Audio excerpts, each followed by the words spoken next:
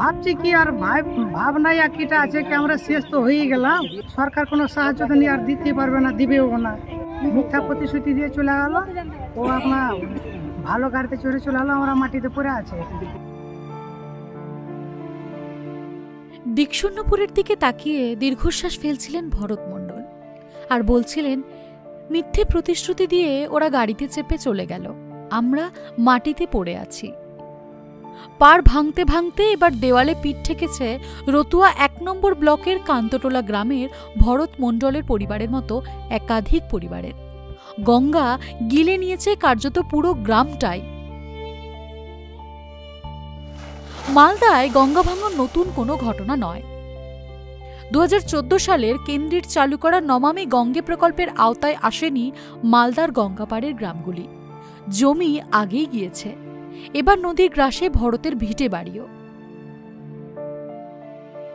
এখানে আমার পূর্বপুরুষ ২.৫-৩ বছর থেকে মানে কি আমার দাদুর বাবা মানে কি ৩-৪-৭ পীড়িত হয়ে গেছে এখানে। ওই পাহাড় যেখানে পাহাড়ের কিনারায়, ওটা কি ঝাড়খণ্ড পড়ছে? ঝাড়খণ্ড ওখানেই ছিল। ওখানে এখনো পুরাতন নদীর মানে গিয়ে ছড়ানো আছে, জমি জায়গা সম্পূর্ণ উপরে বসত ভিতরে ছিল। ওখানে আজকে মানে কি রাত্রির ভিতরে এটাও কেটে গেল। বাগানে পরের বাগানে মানে কি রাখানো আছে। এখন কোথায় যাবো কি করবো নিজে ভেবে ঠিক করতে পারিনি। ভাবছি কি আর ভাবনা কিটা আছে কি আমরা শেষ তো হয়ে গেলাম, সরকার কোনো সাহায্য তো আর দিতে পারবে না, দিবেও না।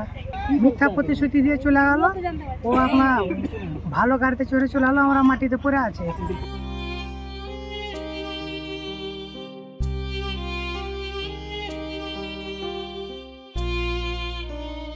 মাঝরাতে ভাই ও বৌদির মাথা গোঁজার ঠাইটুকু গঙ্গার গ্রাসে চলে যাবার খবর পেয়ে ছুটে এসেছিলেন লক্ষ্মী দেবী।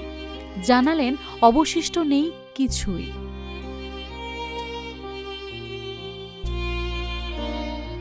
গাঙের লেগে ভাঙছে, গাং কেটে চলে এলো তো কি করবো। এখন কোথায় নিয়ে যাবে না এইগুলো ভেঙে? এইখানে বাগানেই রাখবে, আর জায়গা কোনটা আছে? বাগানেই রাখবে, আর তো জায়গা কোনটাও নেই। বাবা আছে, বেঁচে আছে? বাবা মা নেই, বাবা নেই, ভাই আছে, বৌদি আছে, ভতিজা আছে।